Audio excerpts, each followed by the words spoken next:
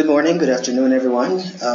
We're very sorry for the delay. We were having some technical difficulties connecting the trainer, but now everything seems to be okay, and we are about to start. My name is Alexis. I'm the administrator for the Academy section of the International Coaching Community. I'm very happy to be here with you to present this free webinar called Personal Record, the Best Goal for Your Clients by Guillermo Mendoza. If I tell you a little bit about Guillermo, Guillermo is a co-founder of Impact Coaching Solutions in Houston, Texas, and he was the first trainer for the international coaching community in the United States. We're very happy to be with him here today, and Guillermo, welcome and thank you for being here. Thank you, Alexis. Thank you. Hello, everybody. Really sorry for the problem. We were fighting with technology here for some time, but let's get to work and recover some time. And today we're going to talk about the personal record, the best goal for your clients. And my idea with this presentation is basically to share with you a way to see some ideas to improve your coaching sessions. And I want to start just by sharing with you that recently I read an article about how the average human attention span has been falling from 12 seconds in 2000, and now with all our gadgets and electronics and smartphones, all the way down to 8 seconds. So we are not really, as years go by and more technology around us, we are less and less able to keep our attention concentrated and focused on something. And the reason I mentioned this is, well, the article mentioned also that we are having even less attention than a goldfish. A goldfish has an attention span of 9 seconds and humans have 8 seconds, which is really sad. But the reason I'm telling you is because I've been on your side of the webinar, listening to a webinar, and I had made the mistake of trying to multitask and read email and advance some of my 1,000 pending items instead of paying attention to the webinar. And the result is that I didn't take the full advantage of the webinar. So my commitment is to try to keep it entertaining and share with you good ideas about what you can do with your coaching sessions. And what I ask you is to maybe be better than a goldfish and stay with the presentation, close your applications, stay with the webinar so you will get the best from it. So let's move. Our content today is about competition, the art of improving, and some common mistakes that I have seen from coaches when they are coaching or when they are starting on coaching or learning how to coach. So let's start by talking a little bit about competition. The first thing that I want to share with you is that we are wired to compete. It's in our brain. For thousands of years, we have seen our brains evolving until what we call now an intelligent human being. But the truth is that only less than 5% of our brain has really evolved to become the cognitive brain or the intelligent brain. Most of our brain still works in the animal way, in what they call the reptilian brain of the fight and flight reaction, and all those things that are just the instinctive emotional ways of operating in the world or operating in our life. So we are wired to compete from many thousands of years ago because we were competing for food, we were competing for shelter, we were competing for maybe fire, maybe for a partner, maybe for water. And for many, many years when we were in those caveman ages, competition was survival. So we learned to survive by being very good at competing, and that became part of the natural reaction of our brain, the natural way of operating. Now we became smarter, and we had a little portion of our brain becoming more and more intelligent, and now we talk about the power of our brain and all the magnificent things that we can do with our brain and how we are just using it just as a fraction of what he can do or our brain can do. But the truth is that we are still reacting in the same way as thousands of years ago, in the same way that animals actually react to things. So to understand a little bit about this and how it relates to competition, we need to understand that when we are operating during the day, we are getting different things from our environment, from our context. Well, let's call them a stimulus. We get different stimulus, and through our senses, we are perceiving those by our sight, smell, hearing. We are perceiving things, and in a fraction of a second, our brain makes an appraisal of those stimulus and those perceptions.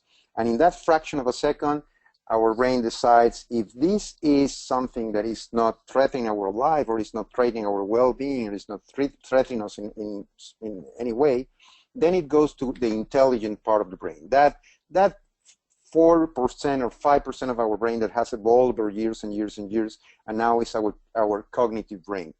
And that is in the prefrontal cortex, it's in the front of our head, and that's when we start thinking and we start doing some things that are related to intelligence.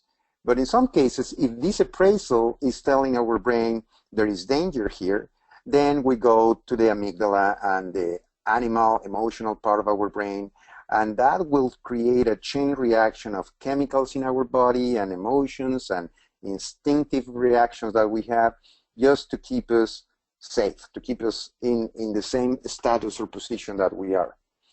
Now, we keep doing this. If we check the workflow of how these things happen, we get the stimulus, and that assessment that we were talking about, that appraisal, is a question in our brain. And the question is this a threat? If the answer to that question is no, this is not a threat, then all those animal reactions and all those things that the amygdala create and all that chemicals in our body are not going to be triggered, and I'll go in a more relaxed way to the thinking part of my brain. So if this is not a threat, then let's think about it. Let's analyze, let's think, let's be smart about this. Now, the problem is when that appraisal in the brain brings a result that this is a threat. If the answer to the question is this a threat is yes, this is a threat, then in fractions of a second we get all those triggers on chemical reactions, sometimes adrenaline and emotional reactions in our brain that will cause us to behave in a very different way. And part of what happened is that our brain needs energy to work, needs blood to work. And when we are using the cognitive part, the prefrontal cortex, the thinking part, the blood is in the front of our brains.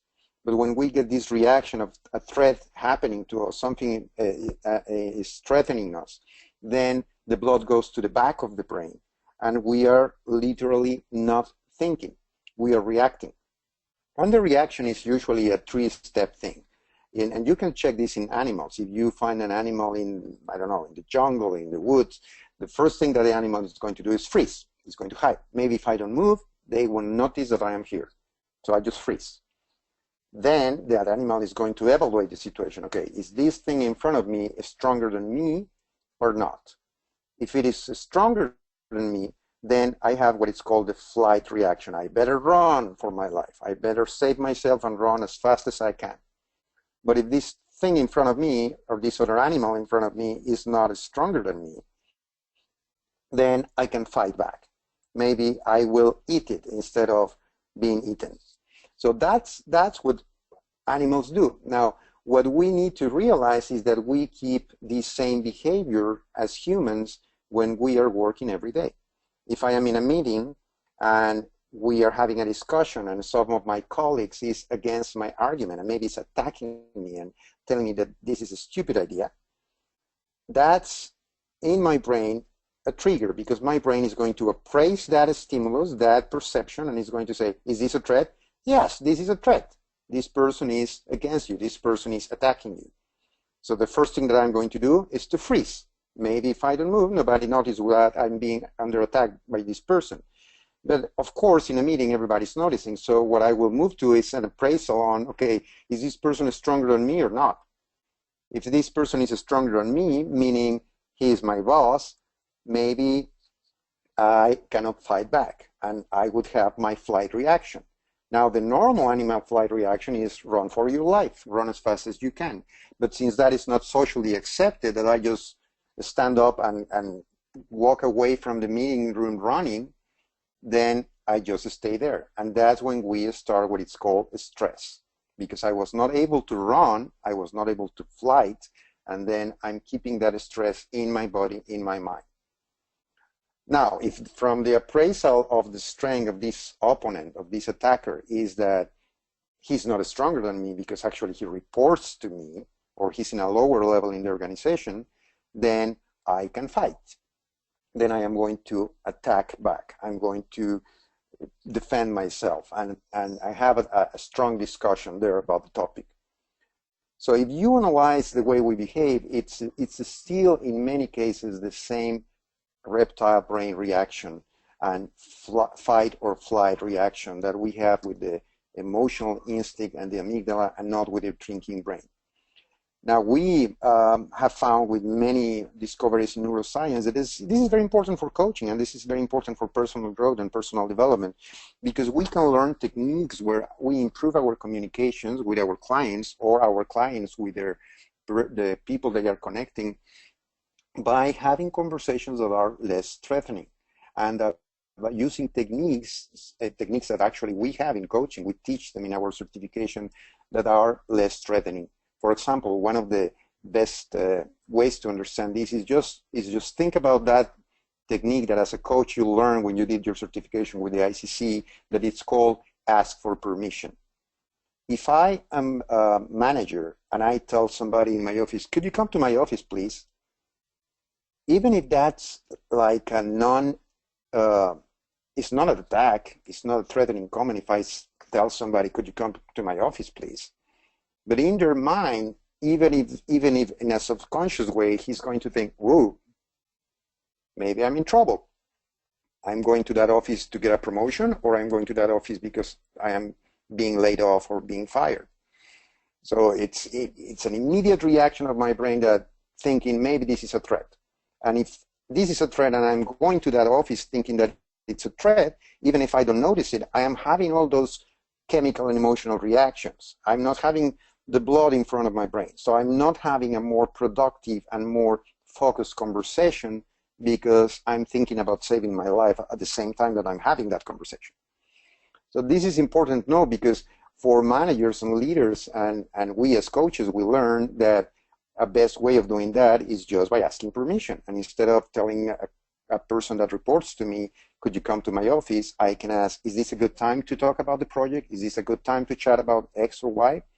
So that person is not under attack. It's not going to think that's threatening. It's going to think like, okay, yeah, this is a good moment. We can go to your office. Or no, let me prepare and we'll meet in the afternoon, or let me finish this and I will go to your office. But it's not as threatening, and I will have a more productive conversation with that person. So this is something that we need to understand, because this impacts competition. We are all competing for survival, and survival comes from those reactions in our brain to keep in the old times our life and our shelter and our food.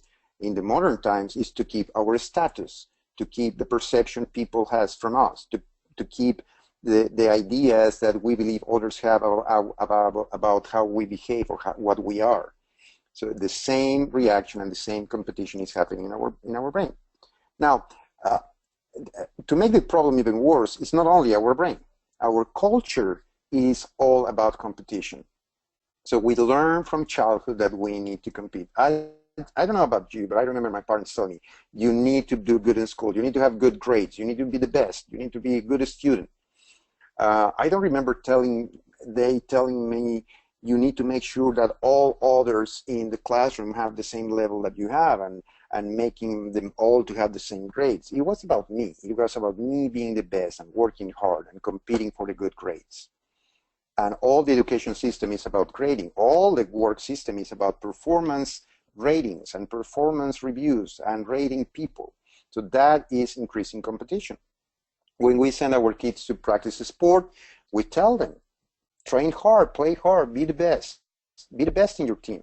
We don't tell them, make sure that all the other team players, all your peers in the team are at your same level of skill and at your same level of performance. We don't care about that. It's just about our son or daughter being the best, or the way our parents told us to be the best. We compete for art. There are art competitions. In any aspect of life, we love to organize competitions. We even have a competition about beauty.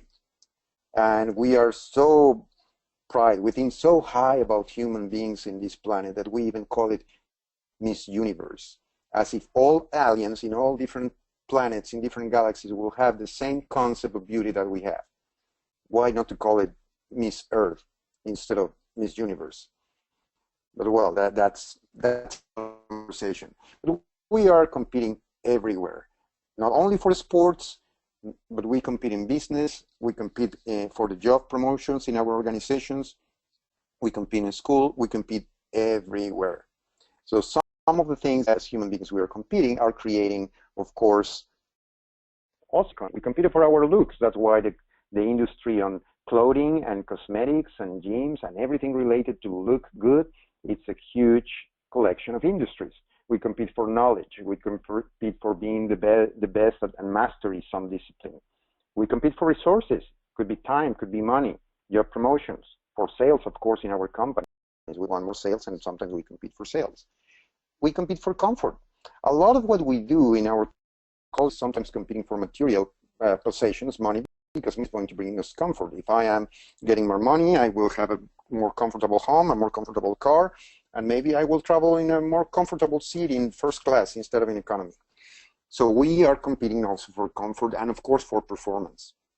Now, all this is just to give you the background. That's the environment that we have in competition. But I want to share with you now what I think about competition, because I learned this when I was in my early 20s. I had a life lesson from somebody to understand competition in a different way. And it's actually in a way that matches the core of coaching, matches the way we should work in coaching. And I learned this lesson when I went for an interview. It was not a job interview. It was an interview because I like jogging, I like running, that's my sport, and that's what I do to stay healthy. And in those years, in my early 20s, and yes, that was a long time ago, more than like 30 years ago, and I was going to join a runners club. There was a new club in Mexico City called Revista Corredores, a new magazine actually. And Revista Corredores, that translates to as Runners Magazine, was starting a running club. And that running club was appealing to me. I wanted to join it to be better in my running. But when I tried to join, they told me, well, before accepting you in the club, you need to have an interview with the head coach. And the head coach was a guy that was a professional athlete, and he competed in the Moscow Olympics in the marathon. And I went to my interview with him, and I got my life lesson from that interview, because he said, welcome, Guillermo. I'm glad that you want to join our runners club. Tell me, why do you want to join the runners club? And I said, well, running is my sport. I like it. I love running, but I haven't had any formal training. I don't know if I do it in the best way. I basically would like to improve as a runner. And he said, well, that's great. That's a great goal. And why do you want to improve as a runner? I said, well, because I want to start competing. Maybe a 5K, 10K, maybe one day a half marathon, a marathon. And he said, well, that's a great goal, Guillermo. And why do you want to compete in races? He was a good coach because everything was questions, questions, questions.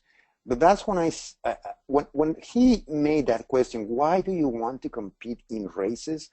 I thought, well, maybe this is not a good coach. Maybe he's not as smart as I thought. Why do I want to compete in races? I answered to him, to win. I want to compete in races to win. Is there any other reason to do it? Because my culture was about competing, and my point of view at that age and in that part of my life was about learning things and becoming good at that, and then beating people on that, winning. So I said, to win the races. And then this trainer, this wise guy, told me, okay, Guillermo, let me tell you a little bit about running. In running, we have two types of runners. We have one type of runner that we call them the elite runners. And those guys wake up in the morning, go to train, they run a little bit, then come back, they have a good breakfast, then they go to the gym and do some weightlifting and train more, then they have lunch, then they take a nap, then they go back to running again and a little bit to the gym again, then have a good dinner, and then they go to sleep. And they actually wake up 4 hours later, because the best way for your body, the best metabolism for the food, is to eat exactly every 4 hours. So they wake themselves 4 hours after dinner to eat again, and then they go back to sleep for another 4 hours. And then the next day they repeat this routine again and day after day after day, until one day you see the newspaper on Sunday morning and the headline is that person, that runner that won the marathon in 2 hours and 5 minutes, and they usually look like this. And is that the type of runner that you want to be? And that's when I thought, well, now we know who is not very smart here.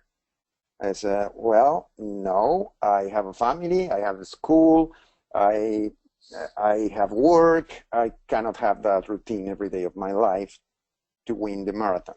So no, that's not the type of runner that I want to be. He said, well, don't worry, there is, and of course I felt like this guy in the picture when he told me about what implies to run and win a marathon. And I understood that I was the one that was not being very smart on my goal here on winning a race. But he didn't tell me, he didn't tell me, but you know what, Guillermo, don't worry, because there is another type of runners in the running world. And those runners, we call them recreational runners. And those are the ones that you see hundreds and thousands of them running the races. But they are not running against each other. They are not running to win the race. They are running to improve something that in the running world, we call it the personal record. And that means that if you join this club and I train you and I give you a nutrition diet and a plan and you work hard and you go to do some weightlifting to the gym at your times when you have time as a hobby, not as a profession, at some point you are going to run your first race, and maybe it's a 10K. And maybe you are going to run that race in 50 minutes. And that is going to be your personal record. And then you will keep training. I will give you some exercise and diet, and you will keep working hard. And maybe your next 10K, 3 or 6 months later, when you run it, you are going to run it in 49 minutes and 30 seconds. And you will shave 30 seconds from your personal record. You will improve your personal record because you are not running against the other runners. You are running against yourself to improve your personal record and shave some seconds with hard work on your personal record. And to me, I think that it was a life lesson. It would change the way I thought about competition, because from that moment on, I realized that, well, it's not, everything I do in life is not to be better than my neighbor or my brother or the other guy in the company or my competitor or the other professional coach. It's not about being better than anybody else. It's about being better than the last version of myself. It's about improving my personal record. So that's why I love this definition of competition, because that's precisely what we do in coaching. It's about creating a better version of a person. So if we would manage to have this definition, this view about competition at work, at business, at many things in life, we would have a very different type of competition, a different, more healthy organizations in terms executives compete for positions, and more healthy businesses in the way we compete for clients, because it's not about beating others, it's about being a better version of ourselves. I love the way that this is summarized in a quote from the founder of the National Speakers Association. I've been a member for the National Speakers Association for the last 5 years, and I am now the president of the Houston chapter. And our founder, Cabot Robert, had this quote that is beautiful. He said, as speakers, we never fight over the size of our slice of the pie. We build a bigger pie. So it's not about fighting when we compete with our businesses or when we compete as professionals. It's not about fighting for the size of what we have or the piece that other person has. It's about fighting for having a better pie for everybody, a better piece for everybody, having something that is larger, a larger industry, a larger profession, a larger company where everybody benefits from that. So I think the National Speakers Association spirit is from Cabot Robert is a good way to summarize the way we should look at competition.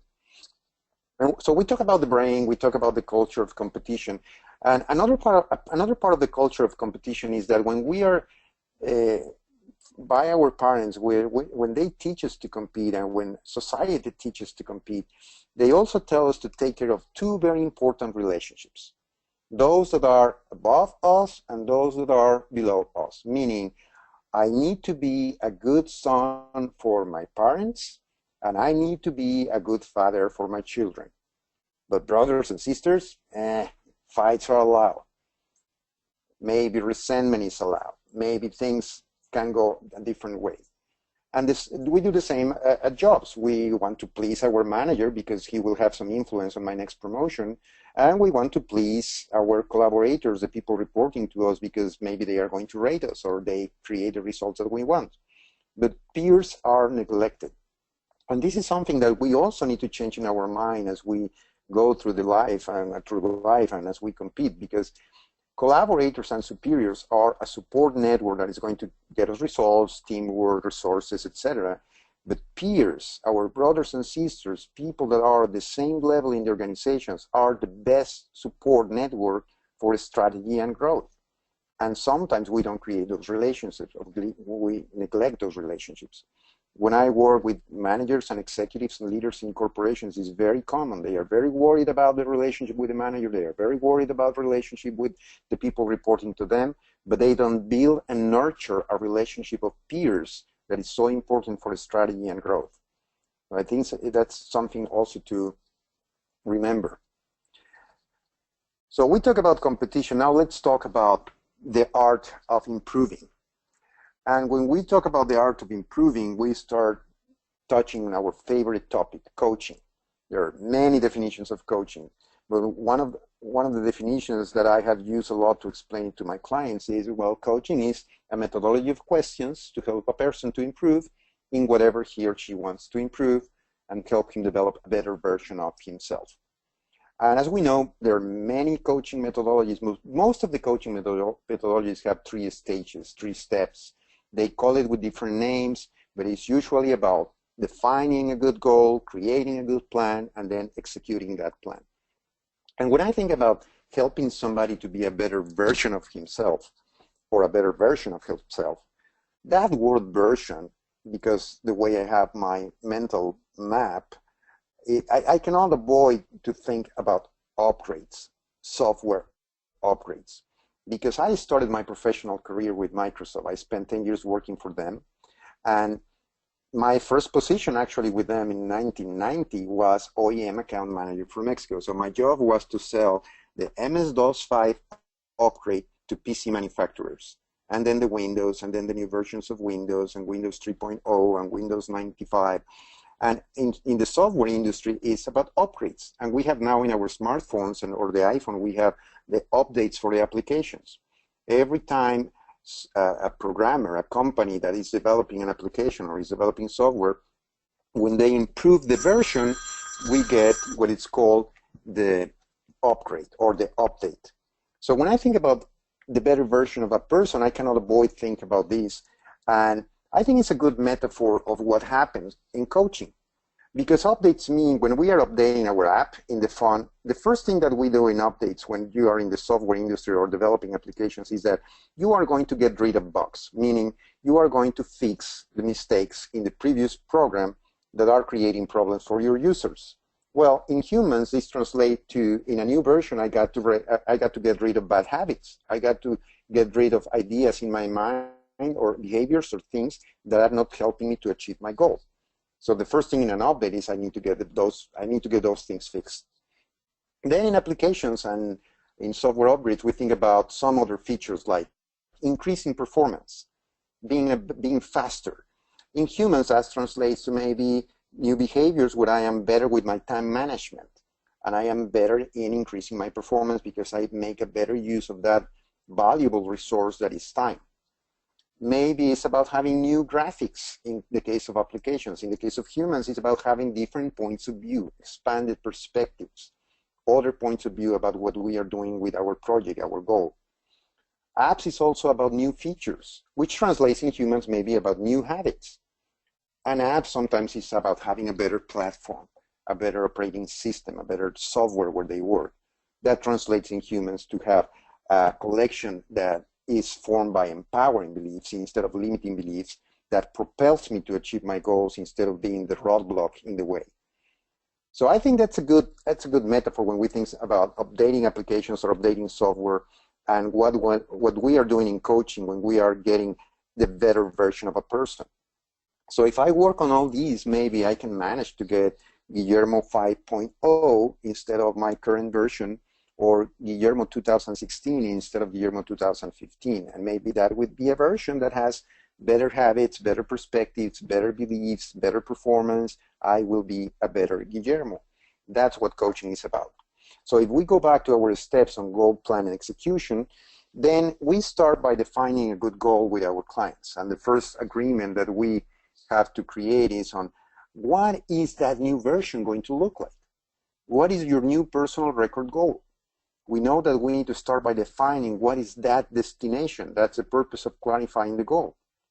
And setting the goal, clarifying the goal, finding the values behind the goal, all the work that we do that can go from maybe the first session, or sometimes in a process could take several sessions, is about being very clear in that agreement with our clients and what is the goal we are going to work with. Then we move to the planning. And I love this phrase: if you fail to plan, you're planning to fail. I always mention in my presentations that I have in my bucket list an idea of an adventure, that someday maybe I will go to an airport with my wife and I will stand in front of the counter looking at the electronic dashboard there with the flights that are leaving the airport, and I'm going to tell the lady at the counter, you know what, give me today 2 tickets for Barcelona. Today is a good day to fly to Barcelona. Give me 2 tickets for Barcelona. And then go and travel and see what happens. Go to that adventure. But the truth is that none of us, or very few of us, travel that way. The way we travel is with a very detailed plan. Otherwise, we would be like this guy in the picture, like in the middle of nowhere, lost, trying to find out where to get to somewhere or where to spend the night. That's another way we travel. When we travel, we are very detailed in the planning. We know where we are leaving from, what is the destination. We get our airfare, our airplane or bus or transportation in advance. We make our reservations for the hotel. We create our itinerary. If it's a business travel, we know the meetings we are going to have. If it's a tourism or pleasure, we have our list of points of interest, museums, even recommendations from friends on the restaurant that we shouldn't miss. So we plan traveling in a very different way from what we plan the rest of our life. So one of the things that I like to say when I think about the way we handle this is if we would live the life that we have as we travel, we would have a different life. We would have a very different life.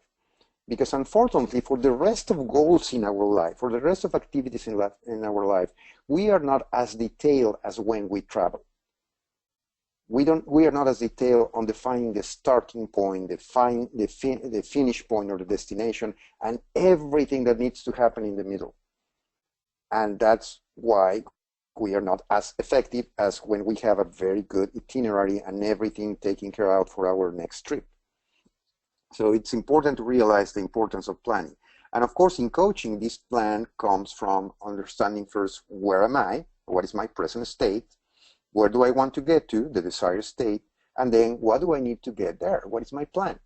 And as we know in coaching, we help our clients to plan, and that involves actions. That involves getting resources. Sometimes I need to acquire new knowledge or new experience on something. Or maybe I need resources, time, money, relationships. So we help them to define that plan that will take them from the initial port to the final port, from the present state to the desired state. So if we think about a personal record improvement, or if we think about our plan to update the new version of ourselves, we can see that if I'm planning to improve my personal record as a runner, well, the first thing that I need to know is how long does it take me to run a 10K race? How slow or fast I am? What is my current record? I need to define first my current personal record if I want to improve that. So in coaching, that means I need to have a very, very, very good detailed description of what is the current state of whatever my client wants to do with that topic or with that issue. Then if I'm improving my record running, I need to define what is my new desired time. How many seconds or minutes do I want to shave from my personal record, and how do I want to improve it? The same way that in coaching, we need to work on having a very detailed description of the desired state. And then I have to create my plan. And that implies that I need to have a schedule for running, and I have a diet for better nutrition, and I have maybe some routine from some weightlifting in the gym, whatever I need to do to work. So when I go to my next race, I have my better personal record. Well, in coaching, as we know, we need to help the client to define actions. Plan B, in case that doesn't work, what is your contingency plan? The ecology, who are you affecting with this goal, and who are you benefiting with this goal? What are your metrics? How are you going to measure that you are in the right path or that you are reaching your destination? And how are you going to reward yourself? So we work in what we call the action plan with the clients to create all these training plan and execution plan to achieve a new personal record or to get the version 2016, a better version of themselves. When we have a good plan, then the next stage of coaching, as we know, is execution. And execution is go and do it. Now you have a very detailed plan, and now you need to go and do what you said. So train, diet, gym, run, do whatever you need to do to get to the point where you want, and then you are going to run your race and get your new personal record, and you are going to review your results and keep training and adjust and try again if you didn't get success, or move on to your next goal. Well, in coaching is the same. Once you have a good plan, I have to execute the actions. I have to make that action plan, put it to work. And then I need to check my metrics, my measurement, how I am moving, how I am getting my results, and review my learning and adjust and try again or move on. It's very important. The reason I mentioned here, try again or move on, because as we know with our life and as we know with clients, when we try things, we have two outcomes, either success or failure. Either we achieve what we wanted or not. And one of the things that is important from my point of view in coaching to change in our mind as coaches and also help our clients to change is that success and failure are not two streets that go in different directions. We are so used to give failure a negative connotation. We think about failure as something that is bad. We don't want to fail. We want to succeed. We want to succeed. We want success. So we try to avoid failure. We don't want failure. But if you analyze your life, it's very rare. It's not common to reach success without failure. In many things that we try, and the same is going to be for our clients, you need to fail first, because failing is actually what is going to take you to success. They are in the same road. They go to the same place. But we need to change that negative connotation of failure in our clients' mind. So the way I think about failure is it's an ingredient for success. It's if I don't want to say I don't want to fail, because to me it's like saying I don't want to succeed. I need that failure to succeed, because failing is when you try something and because of you fail, you are getting information, you are getting feedback, you are doing an analysis of what went wrong, what we miss, or what I miss in terms of resources or in terms of the skills or knowledge. And by getting that information is that I can make adjustments and I can retry. I can try again and again and again and again until I reach failure. So that's the way we need to see failure, as a way to getting information and feedback. And that's why in coaching and many other aspects in life is important, the learning. As we know with clients, the tasks, the actions are not sometimes for them to be successful, are for them to learn about something that will later make them successful. So it's important to understand this concept, because that way we enjoy more the road, because failure is not something wrong, it's just a step in the way. It's just a way to keep improving and keep adjusting until I reach my destination. And as we know, when we work in coaching with clients, it's all about expanding the results. That new version, that new personal record is about being better. So in a way, it is related to the other concept that we sometimes talk about, that is the comfort zone. I always like to clarify, the comfort zone is a very misleading term, because comfort indicates that it's a comfortable place. It's comfy. It's a place where I can relax because I am operating within the boundaries of my knowledge and my experience. I am not risking it. I'm doing things that I know how to do, and I have the knowledge and experience, and I am performing well. That's why it's uncomfortable, because it is not out of that boundary. But what we need to realize, and that's why I said this is a very misleading term, is because the comfort zone is also a prison, because I am operating within that boundary, and I am not risking to do some things. I'm not stretching. I'm not doing things that are uncomfortable, that will get me a new habit, a new result, a new way of thinking. But we need to stretch if we want to improve a personal record, if we want a better version. We need to create more comfort space, that comfort zone needs to expand. So in my mind, when I think about comfort zone, sometimes I think about land, about real estate, about the property. If I have a property, my property has a limit, it has a boundary, it has a fence, or it has a wall. And that's what happened when we are working to improve. Sometimes we want to do things, but we crash with that wall. In many cases, that's a limiting belief. In other cases, is that we are missing knowledge or experience or something. But we are hitting a wall where we say, no, I won't venture out of this boundary.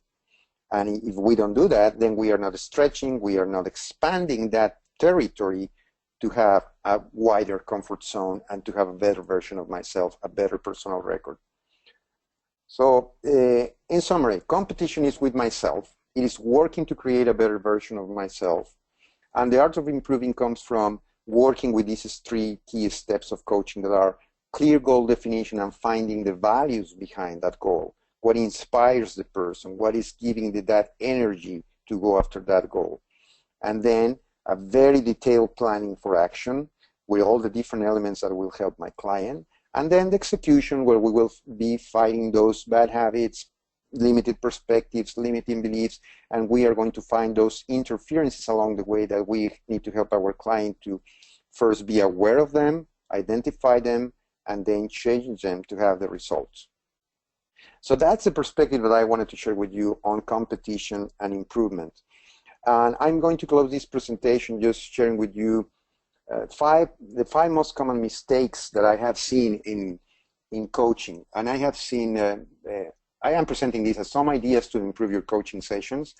And these mistakes come from things that I have learned from the previous version of myself, meaning things where I have done it wrong, mistakes that I did when I was starting in coaching, and also by observing students when we are teaching our ICC, International Coaching Community certification program in the United States, as we have our students practice and in class and out of class, and as I'm also listening sometimes to recordings to give feedback, I have observed these are the most common mistakes, and I wanted to share it with you. Maybe you are having them or not, but I think it's my way of help some coaches to improve.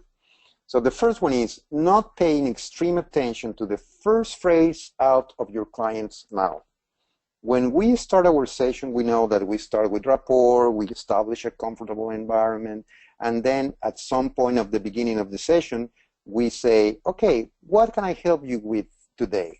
What is your topic today? What are we going to cover this day in this session? Where do you want to work? And those questions are to identify the topic for the session. But one of the common mistakes that I have seen in coaches is that because sometimes we are so worried about what is going to be our second super smart, powerful question, or sometimes we are letting our mind distract us because it's thinking about what is the answer from the client, or is thinking about maybe trying to understand before listening, or just our listening level is not in the right place. We are not fully present, fully mindful of the answer of the client.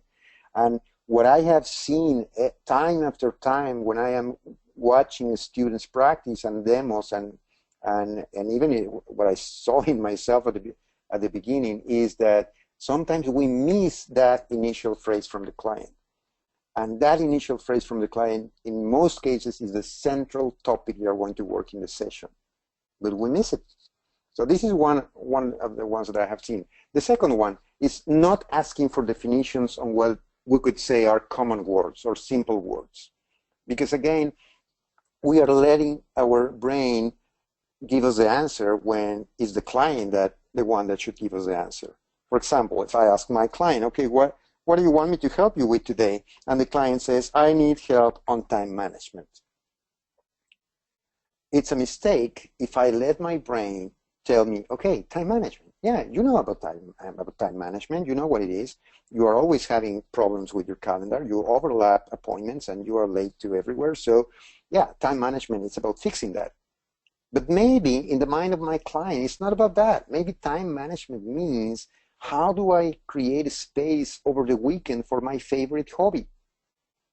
So it's very important that even when known concepts, known words, common words, one of my most common questions when coaching, right after finding out what is the topic of the session or what we are going to work with, is what do you mean by that? So if somebody answers, I want to work on time management, my next question is, what is time management for you? Or what do you mean on time management? Because a common mistake is that since we already have a very complex mental map in our brain with meanings for everything, we listen to a word from the client and we assign in our brain, it's an automatic response, we assign a meaning to that word. But what we need to understand as coaches, that's my meaning, not the meaning of my client. So I always need to ask, what does that mean for you? If somebody says, I want to communicate better with people, well, what does that mean for you? What means communication with other people for you? If somebody says, I want to stop my anxiety, what does anxiety means for you? And what does stop it means for you? If somebody says a common word like, I want to reduce X or I want to increase Y, well, what does reduce X means for you? What does increase Y means for you? We always need to ask for meanings and definitions, because in our client's brain, the definition is not as our definition. Every brain is a different world. Every brain is a different collection of definitions. We need to ask for them. The third common mistake is jumping to the how, jumping to the solutions and the plan, to the how-to, before having a perfect what.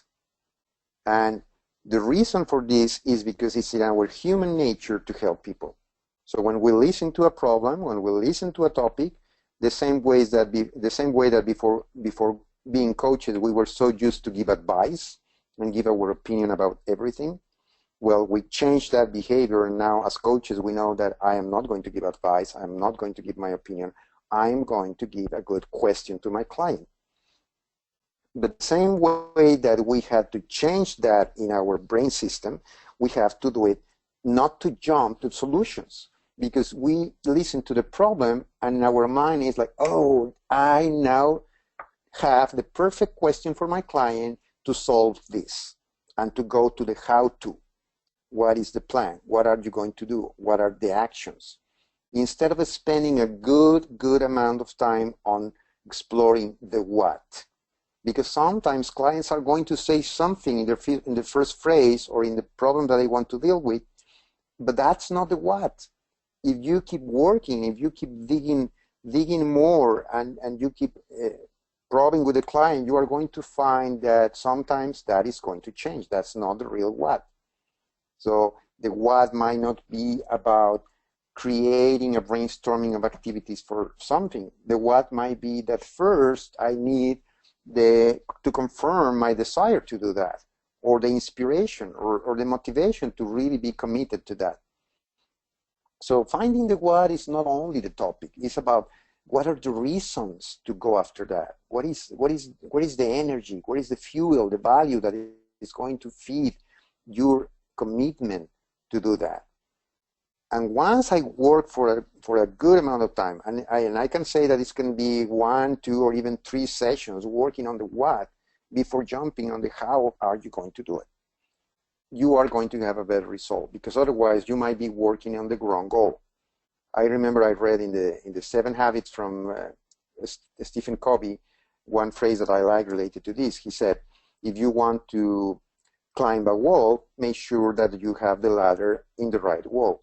You don't want to have a plan, have a ladder, climb the ladder, and then realize that you wanted to go to the other wall in front, in the other side of the street. But it's very important to know the what. Where are you going? Where the client is going.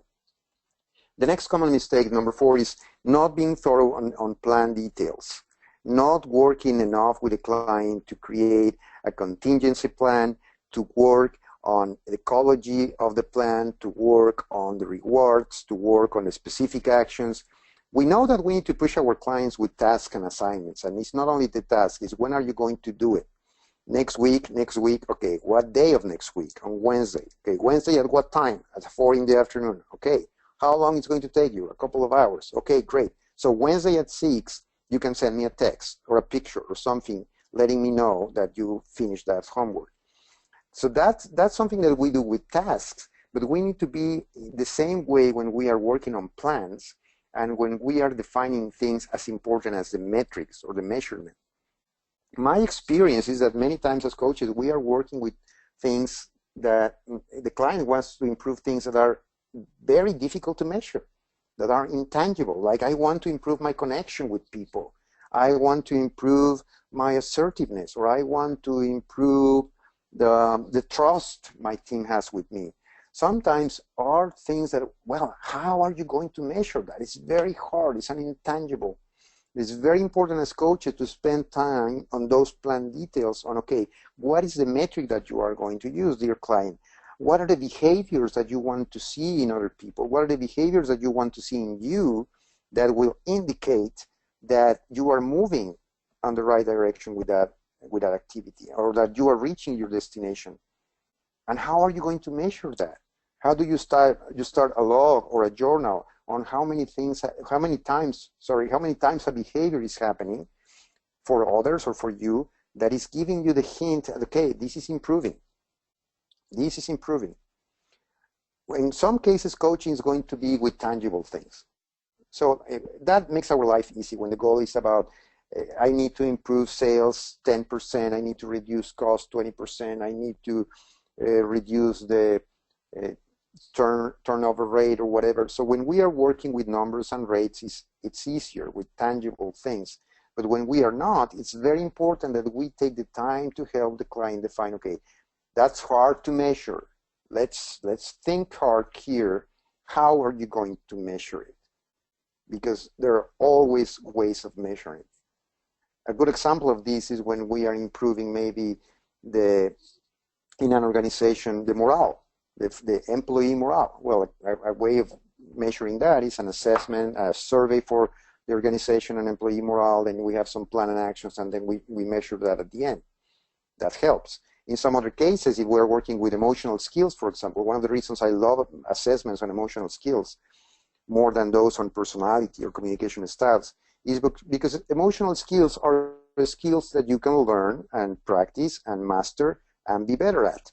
So I use emotional skills assessments at the beginning of my leadership development programs.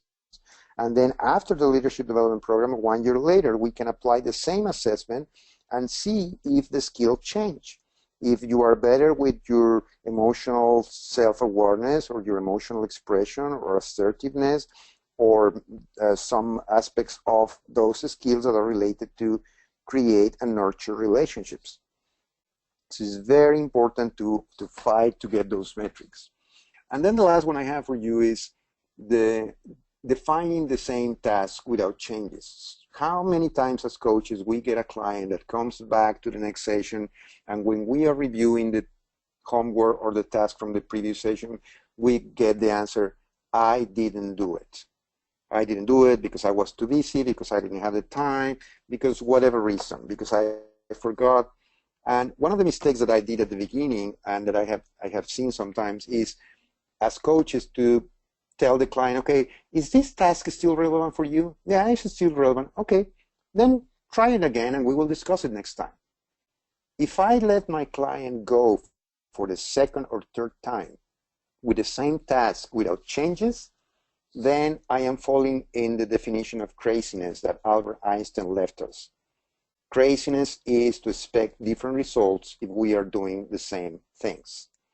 So it's a mistake if, as a coach, I let my client go with exactly the same task for the second or third time. We always need to review, okay, if this is still relevant for you, now let's work on how are you planning to do it in a different way?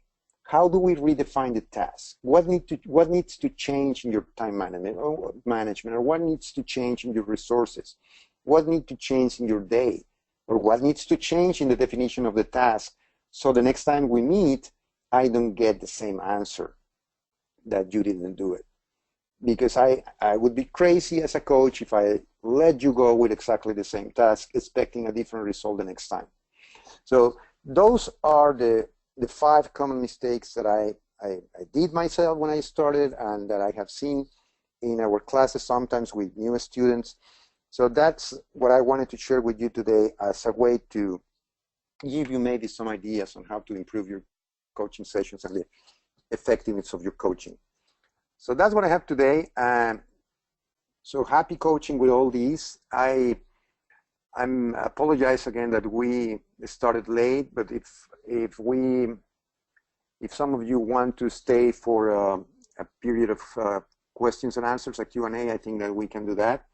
And you have my contact information in the screen now. That's my blog. I have some articles in English and Spanish on personal growth and personal development. And those are my accounts for social media: Twitter, Facebook, LinkedIn, YouTube. I use them to post sometimes recommendations on books, on trainings, on movies, and good quotes or hints or ideas to be better coaches and also to be better persons, better human beings. So that's what I have today. Alexis, if you want to maybe manage a Q&A for some of the topics that we covered. Sure. Let's see. I see one hand raised. Do we have a hand raised from Nana? I'm going to open her microphone so she can tell us. Okay, first, somebody's asking a quick question. They're asking if we are planning to have this conference in Spanish. We can have the conference. We can schedule that. Yes, we can plan to have the conference in Spanish. And if you are going to the International Congress in Peru in October, I am delivering a conference there that is called Create Leaders, Stop Managing, Start Coaching, that has some of these concepts and some additional ideas. Okay, great. Let's hear Nana. I don't know, Nana, if it's possible for you to unmute your microphone. I'm trying to unmute you from here, but I can't. So could you, Nana, please write your question in the questions panel so I can read it out loud here for Guillermo. And we also have Juan Ignacio. Juan Ignacio, I just unmuted with your microphone. I think we can hear you. Yeah, how are you guys? Thank you very much for the great presentation. And I have a question, Guillermo, about goal setting. So, right, not going to the plan before having established the what, right? And my question is that many times a client comes to me with a goal like, I want to find this job, I want to get this job. A goal that at least in 50% is not in their hands, because it's in the hands of the employer saying, yeah, I need you, or you are the right person, right? So sometimes I find trouble not to jump into conclusions of what the person should do and what the goal should be like to make it more measurable, more in their hands, controllable. And sometimes I find it hard to explain this position to the client in a way that he can find a goal that is more in their hands. What would you tell me about it? Well, you're touching on a very important point of coaching, which is that when we work with clients and when we work with goals, it's very important that they, as you said, have a good amount, a good percentage of the control of what's the outcome, what they are working on. Yeah. Sometimes when we have clients that are more playing the victim, that the problem is not me, the problem is that nobody's hiring me, or the problem is that my manager, or the problem is my family, or the problem is my past, we know that in coaching we identify that person having problems being the victim, and we want to pull them out of there and make them understand, for this to happen, a job, an improvement, a new version, a new personal record, you need to work on your plan in a way that the activities are under your control. And you make me remember about sometimes when we have students practicing, sometimes they start coaching a person, and if that person starts saying, well, my goal is to make my daughter understand that she cannot go out at night after 10 p.m. Well, your goal, it cannot be of other person understanding something or changing a behavior. You can do actions that influence that, but you don't have control on the outcome. So if somebody's looking for a job, okay, what are the actions that are under your control to influence that outcome? But as you said at the beginning, the client needs to understand that's not 100% of my control, because I am not hiring myself. Somebody else needs to hire me. So it's working on that balance, on having the client work very hard on the things that are under control and the different things that they can do. And in those cases also is very important the contingency plan. Okay, if that doesn't work, what could work that will take you to the same place? What could work that could be an acceptable result for you? Because in many cases in life, if we just review our own life, in many cases we are going after one goal and we get it in a different flavor. It's not that we didn't reach our goal, it's just that it didn't come the way we wanted to come. But we are still getting to a result that is satisfactory for us. So I don't know if I answered your question with that, but it's about, I agree with you. Sometimes it's hard, and it's about asking the questions to make the client realize what are the things that you can do, and that regardless of the outcome, this is your best effort, this is your best action plan to do things. I missed to mention in some of my slides that we have the word enjoyment and in the margin, because as I work with my client, as I work with my plan, as my client is executing his plan, enjoying the road, enjoying the work is very important. If we base our result or our happiness on the end result, on the final outcome, then we are always waiting for happiness. We are always waiting for success. But if we think that the process is part of the success and the process is part of the happiness, then we have a different view of the work that we are doing. Does that help? Did I? Definitely, definitely. Because the concept, I have it in my mind. It is just that sometimes when the client cannot answer the next question, to bring it more, the goal, bring it more to their control, it is like one feels the temptation to start throwing ideas on how to make that more controllable.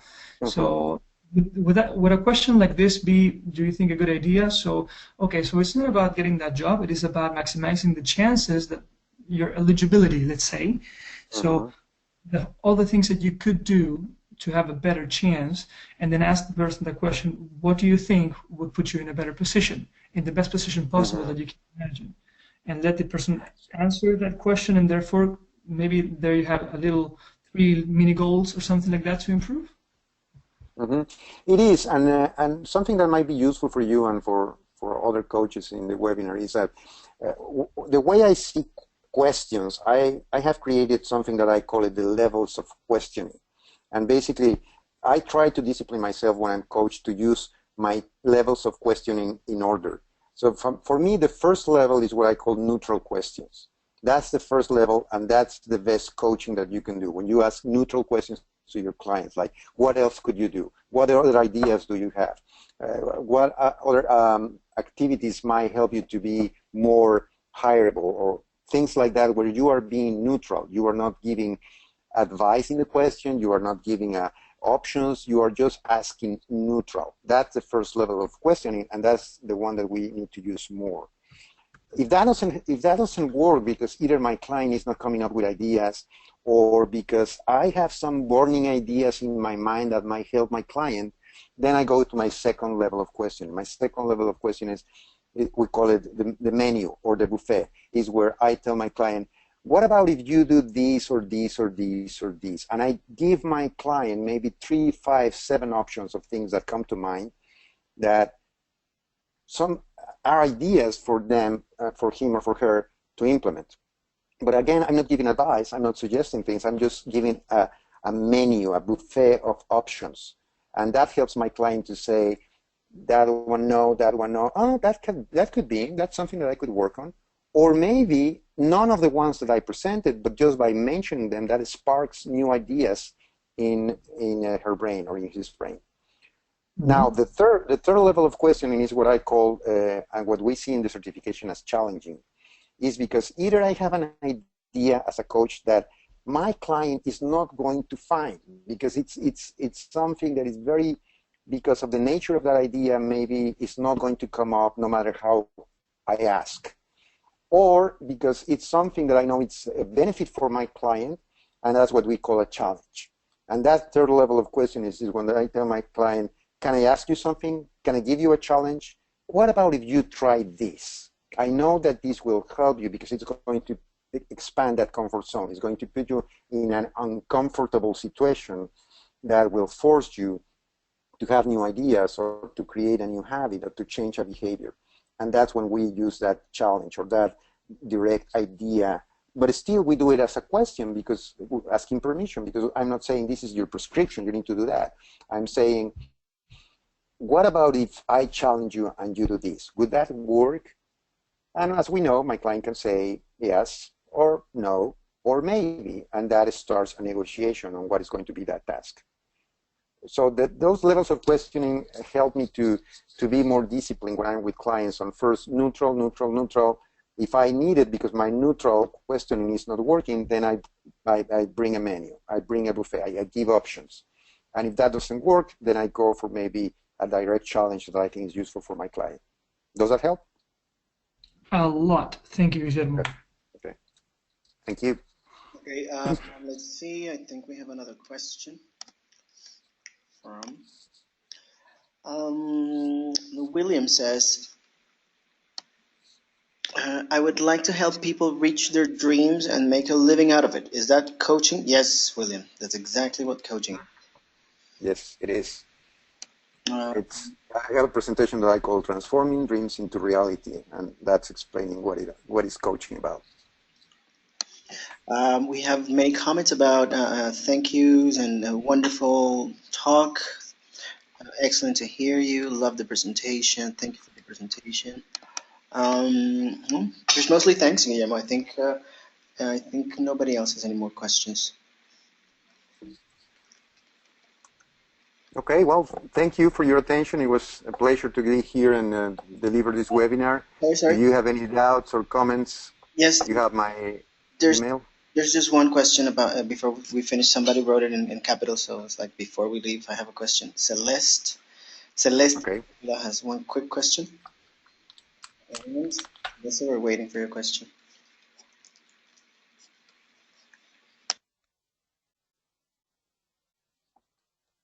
She says, do you think it's extremely necessary to be a psychologist to be a psychologist to a life coach, to be a life coach?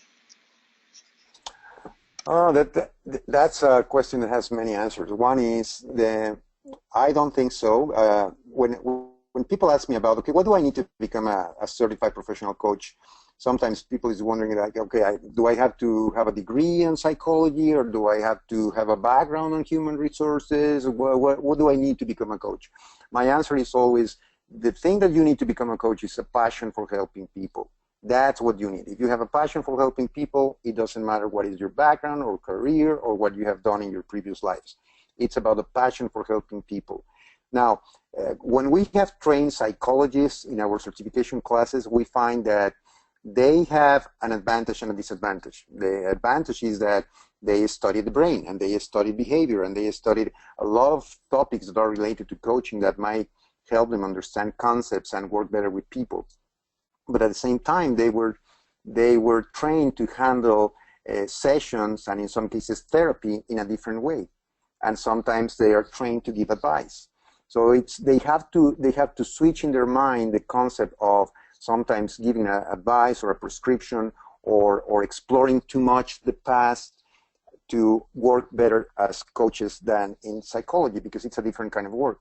Actually, when I have my intake session in the first session with my clients, one of the ways I explain the difference between psychological therapy in some cases, not all types of therapy, but some types of psychological therapy, and coaching, is that in psychological therapy, you are also asking questions, but those questions are to research in the past, to dig in the past of the person. We want to understand what happened in your childhood, what happened in your previous job, with your relationship with your manager, or in your marriage or whatever. We are trying to understand past behaviors so we can decipher how do you behave today as you behave. But in coaching, we don't go to the past to investigate that.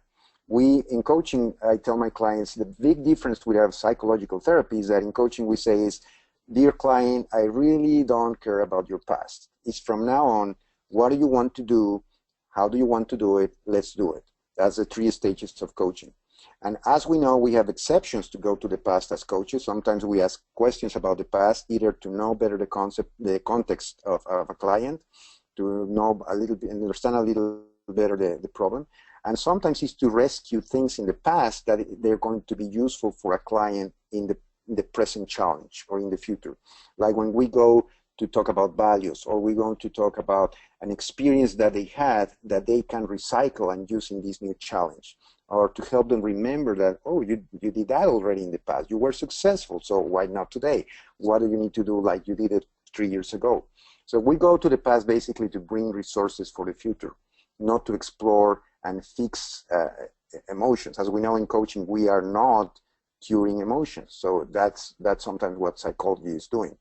So and I said that many answers because there have been some initiatives. In the United States, there was an initiative in one state to pass a law demanding that all certified coaches would have to be a degree in psychology to become coaches. And of course, many coaching associations filed that, and finally the law didn't pass. But there was some initiatives to make sure, because on the other hand, psychologists sometimes think that to be a good coach, well, you're missing a lot of knowledge about the brain and behavior, and you should be a psychologist to be a good coach. That's why I said that there are many answers, because there is a debate on some topics around that. But short answer, no. You just need a passion to help people. And if you are a psychologist, you are going to be a better psychologist. If you are not a psychologist, you are also able to learn the coaching techniques and use them. Well, thank you very much, Guillermo. That was a very precise answer, and thank you very much for all the contents. It was a wonderful, wonderful talk. We were very, very happy, and thank you for being with us today, and thank you everyone for attending. Well, thank you. You have my email and phone number if you need anything else from us. And if you are going to our International Congress in Peru in October, I will see you there. Yes. Thank you. We'll hope to see you. Bye-bye.